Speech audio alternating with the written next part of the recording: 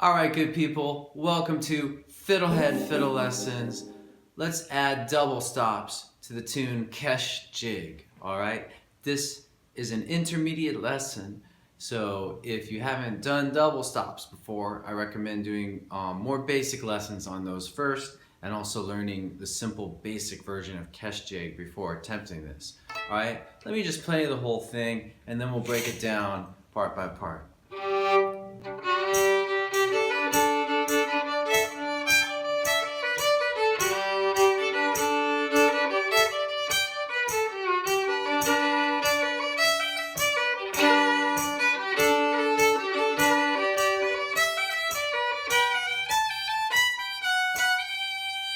Alright, so in G major, you could warm up with G major scale. And anyway, let's look at the first phrase, which is.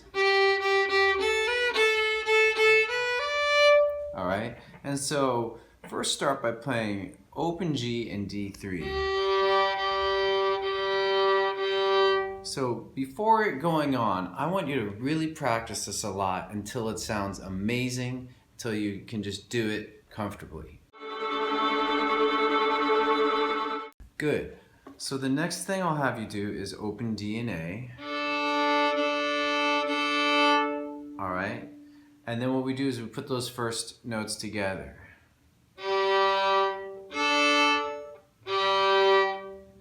That's actually can be pretty hard if you're new at double stops to get the angle balanced when you change the strings.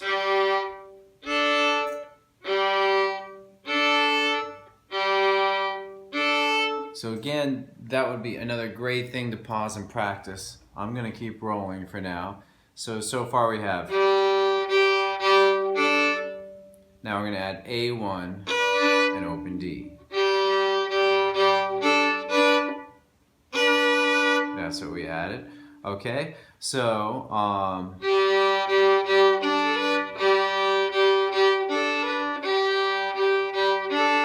right? Just keep doing it. Walk around your room and play it. Look out the window and just until this is natural. Another very useful practice when adding double stops or any variation is to take it away and to do it like so, to play a basic version and then a variation version like.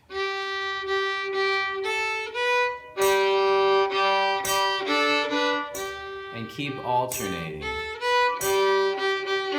Alright, that's one of the most powerful practice techniques for adding variation, because then you'll get a sense of what's working. There's a little bit of a relief when you go back to the basic version if you've been struggling with adding some difficult or tricky variation. Alright, the next phrase. So there we're just going to drone open D. That'd be another thing to just practice a lot. Alrighty? Okay, good. Now we put them together.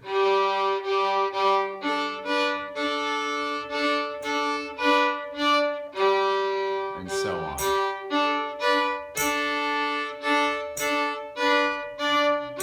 Alright?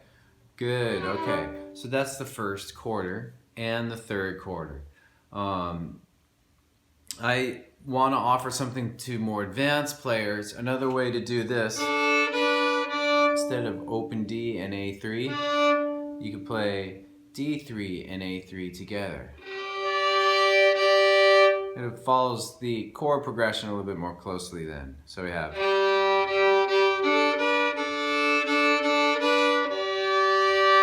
It's a little harder though. Maybe a lot harder. Get this double stop when you play it like a finger across both strings can be very difficult for some people. If you want to get better at it, here's how you do it. You hold your finger across both strings and then you play single notes. Try to really listen for your tuning and then try the double stop. And then go back to singles. This kind of process of alternating between something simpler and something more complex is something that we do all the time over and over again in FiddleHed. Okay, So, well, cool. You know a very key part of this already. If you've got that down, congratulations. You know, you can already make this sound a lot more like fiddling. The second quarter, I didn't really add double stops. All right. I could probably force some double stops in there, but it feels natural to me to let that kind of open up. Keep in mind that double stops have an effect. They sound cool, but they have an effect of muddying the melody a little bit. So you kind of want to be a little careful, especially if there's a busy melody. You don't want to overdo it. At least that's the way I look at it. You know, like I like melodies. I like to be able to hear them. So, or alternatively, you could play something with tons of double stops and then play another repetition of it without it. So like maybe a singles version. Maybe add other variation. And next time you do it, add the double stops.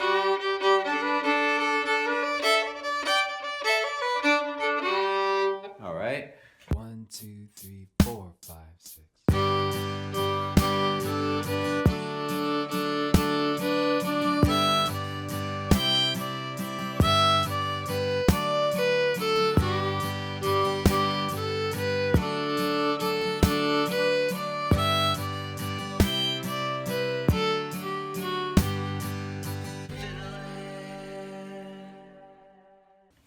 Let's move on and look at the, there's a little bit of double stops added to the B part. So here's the first quarter.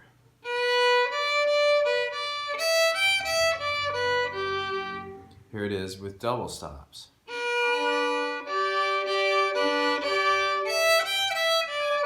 That was actually a more advanced version than I wanted to show at first. I wanted to do. So basically, it's just like what we did in the first quarter, the A. You could draw an open D, or you could use D3, A3.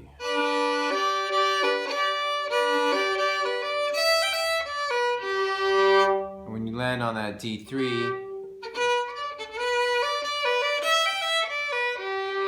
you could draw an open G there.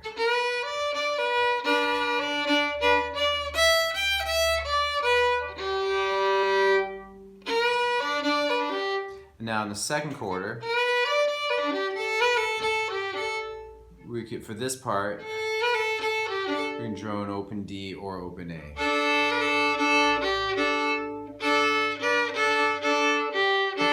Guess what chord that is? It's a D chord there. Here's your D chord, just to make a connection. Third quarter.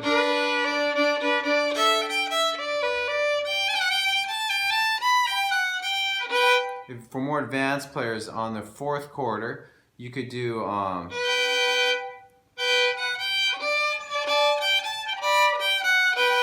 it's a little trickier. So the bass one would be A1 in E low 2. All right.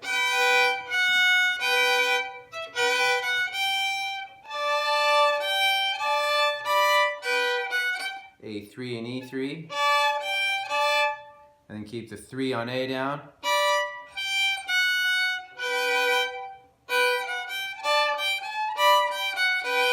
So there I use the double stops more as an accent. All right. I think I have some. I call this that sort of process single double stop patterns, and I think I made some videos on that. If not, I'll make some more. But basically, if you want to practice adding double stops as an accent, I would start with open strings like D and A,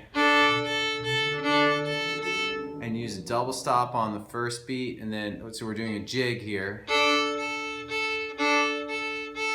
Or maybe your single notes could be on D string. Hear how that goes? So we end up using a double stop just as like a little punch, kind of drive the rhythm. So that's it pretty much for adding double stops to this. Let me know if that was useful, and stay tuned for more. So long. Go to FiddleHed.com for a progressive, step-by-step course outline, color-coded tabs, play-along tracks, sheet music, and much more. Thanks for watching the videography. Excellent! And don't forget to subscribe. Thanks.